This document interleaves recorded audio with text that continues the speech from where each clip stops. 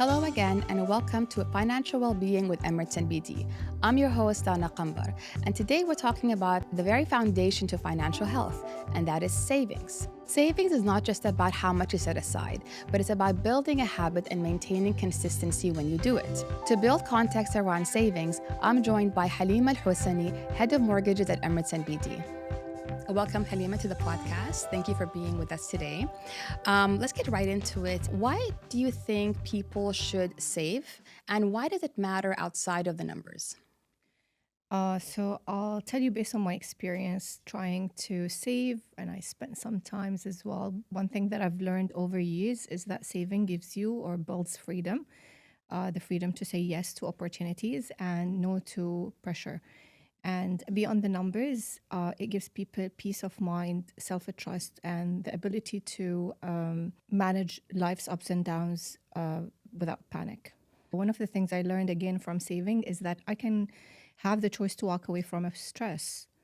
I can, if for example, I don't like a job that I'm in, and I want to move or shift to a different industry, when you have that safety net, you can actually move easily from that pressure. Think about it from a positive way as well. When I say opportunities, yes, you have the basically freedom to say yes to opportunities. Imagine that you're in your career life, you're enjoying a specific career or a job, and then you get offered something else that might be, from an income perspective, is less than what you're earning today. You might actually consider it if you have that safety net that I've just mentioned. So that's what I mean by the opportunities. Yeah, that's a nice way of looking at it, actually. And why do you think people tend to delay savings? It's a lot of people basically think that saving requires a big amount to start.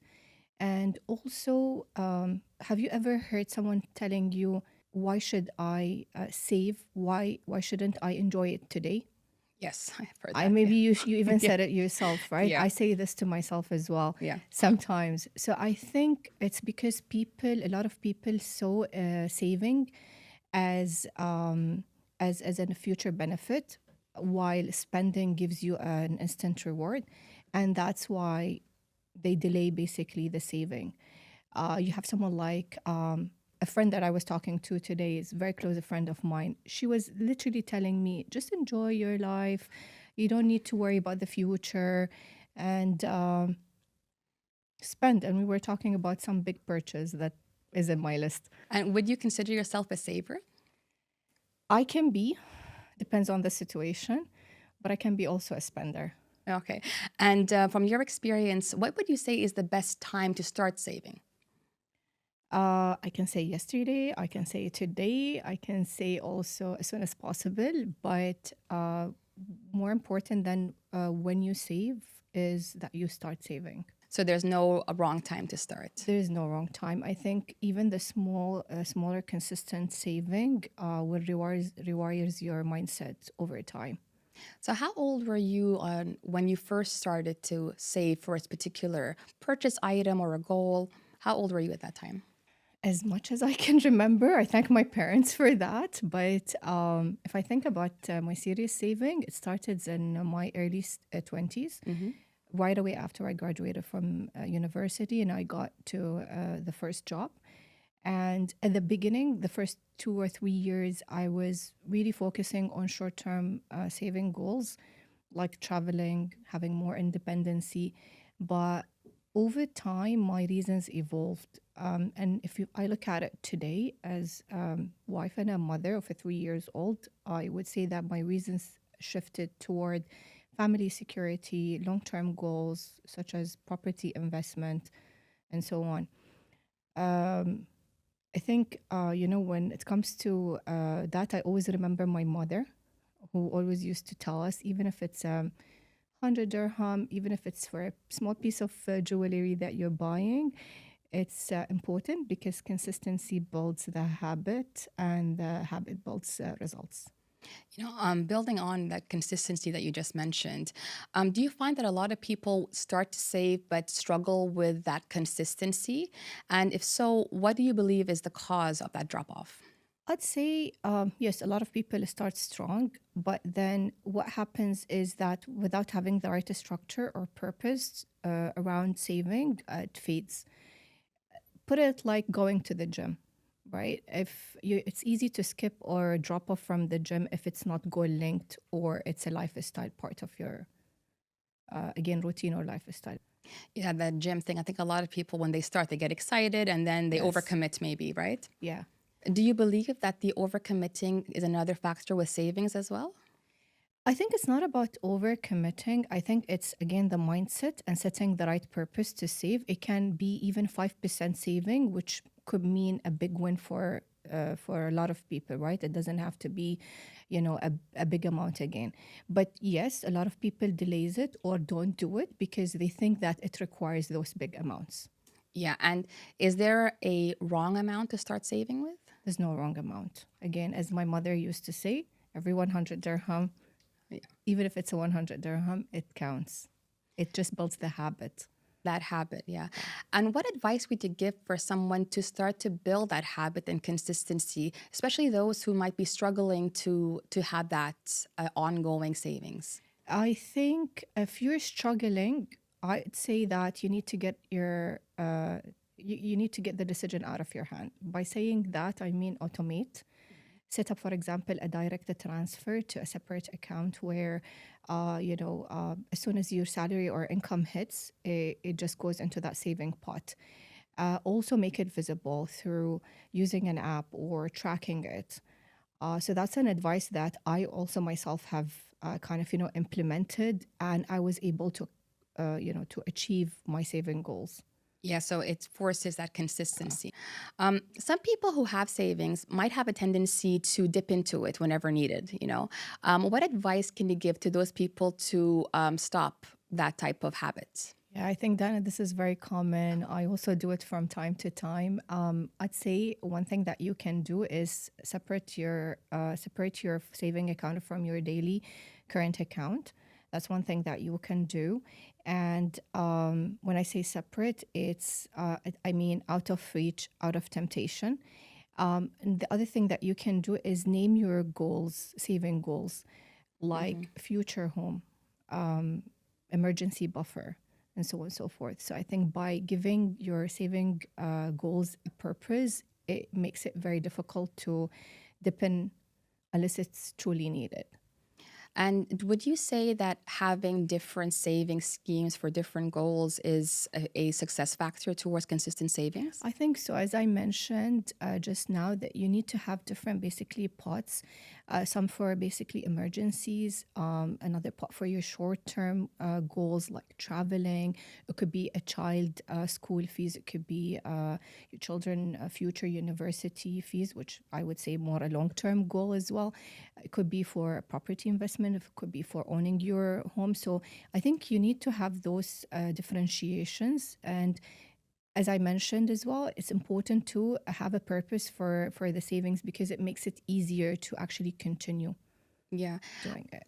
I'm sure a lot of people have heard the 50-30-20 rule, or when you go online, it's the first kind of rule that pops up when it comes to savings and knowing how much to save.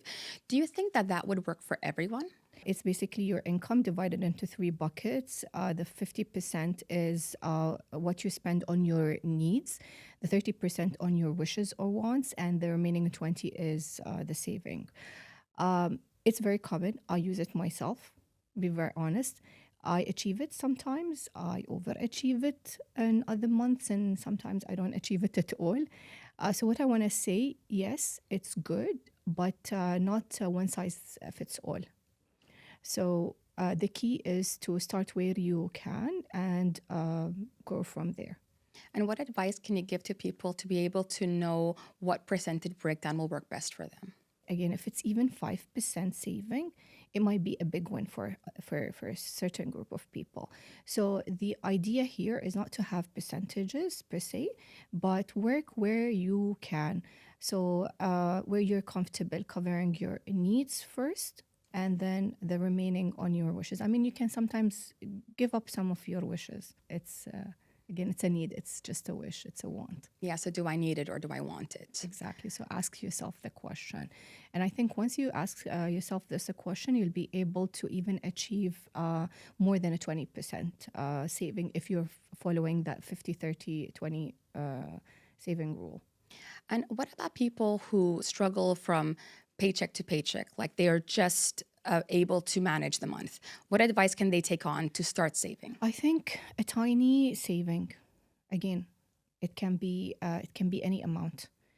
Because as I said, the consistency builds the habit, and the habit builds the results. So it doesn't have to be a big amount. Again, it can be 5 dirham, right? We start from there. Set a goal before doing that as well. Maybe your goal is to travel by end of the year, enjoy a holiday, summer holiday. Now, so what are you doing to actually achieve that goal? How much do you need to save? You know, a lot of people might have goals, but they might have like a time frame in which they want to achieve that goal. And sometimes they might not be able to achieve it. So, what advice can you give for people to continue and maintain that consistency when those things occur?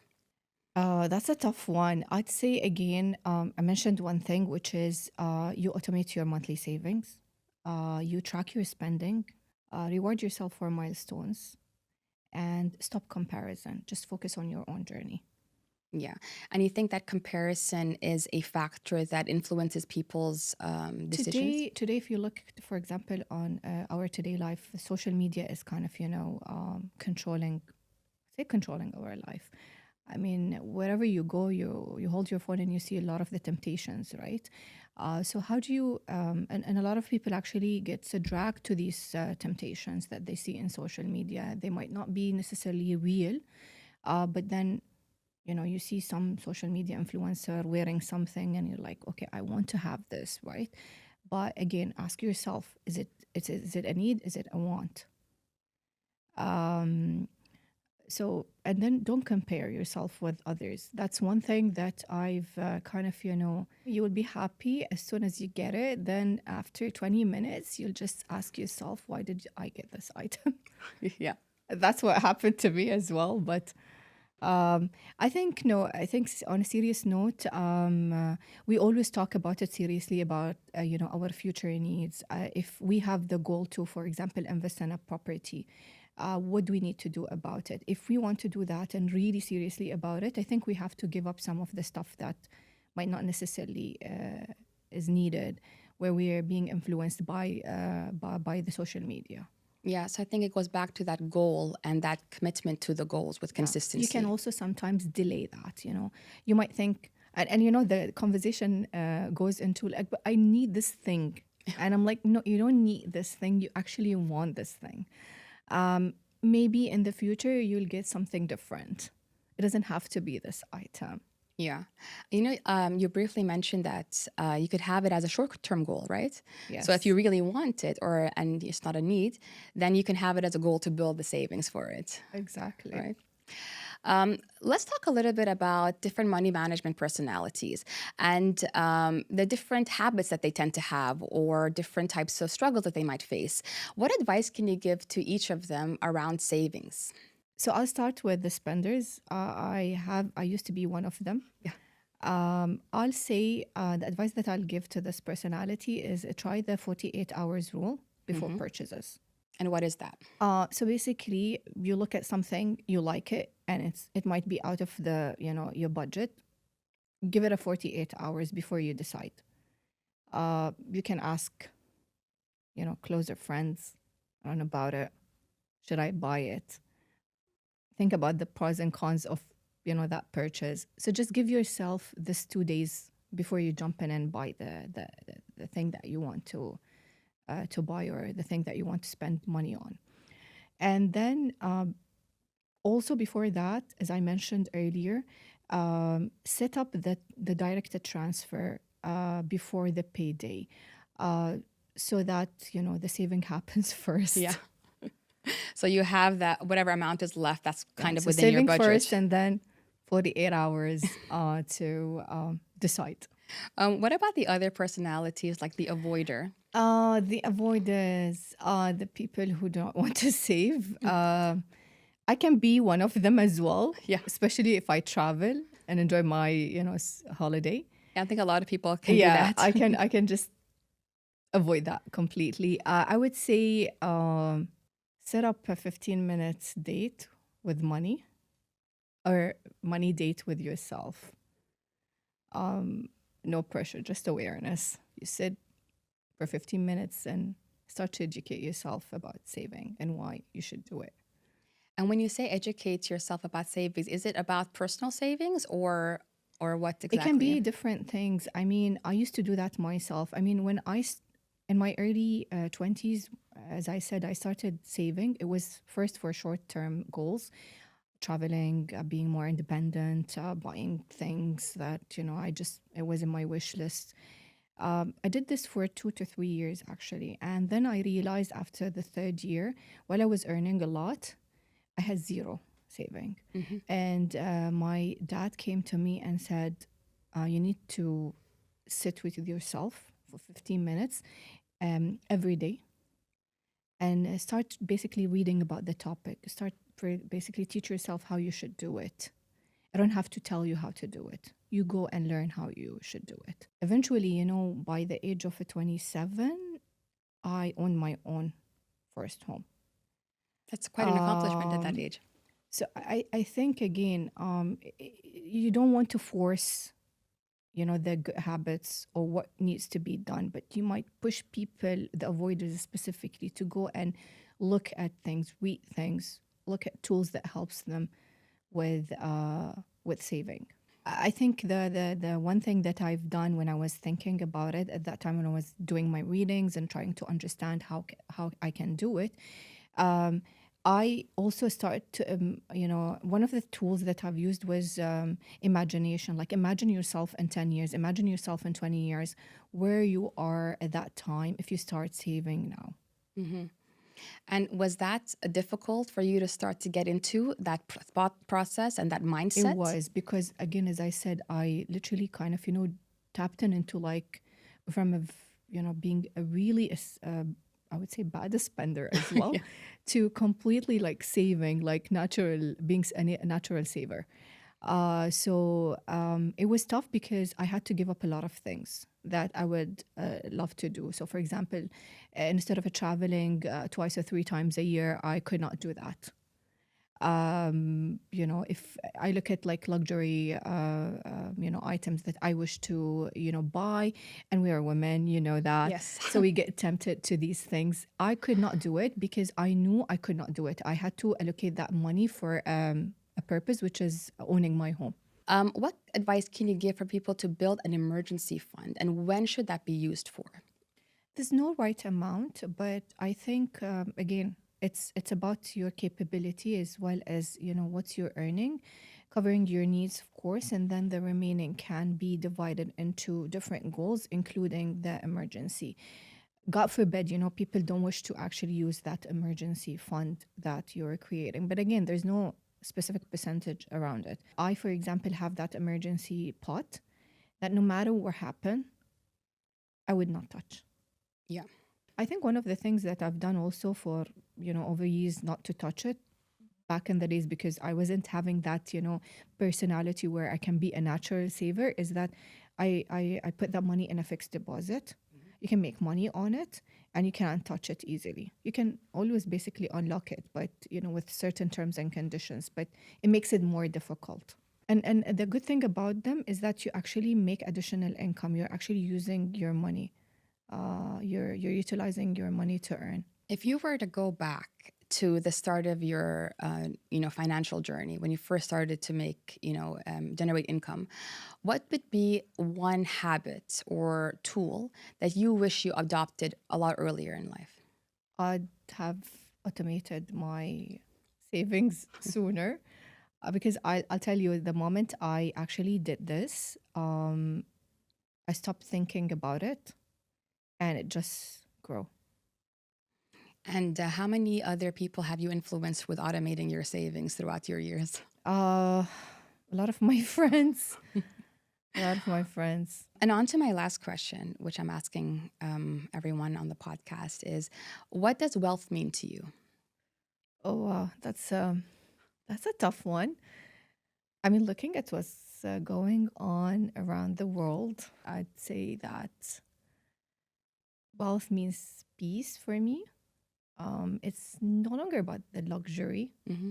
It's about the choices that I can make. It could be a choice to, again, walk away from a stress, help someone you love, um, or simply sleeping at night knowing that you're prepared. Yeah. So that's me today. Thank you so much, Haleema, for the conversation around savings. I think that you really shed in a lot of relatable personal stories with our listeners today. To everyone listening, remember that savings isn't about the perfect number. It's about consistency and building that habit. So start where you are and grow from there. And stay tuned for our next episodes to build your knowledge and confidence around finances.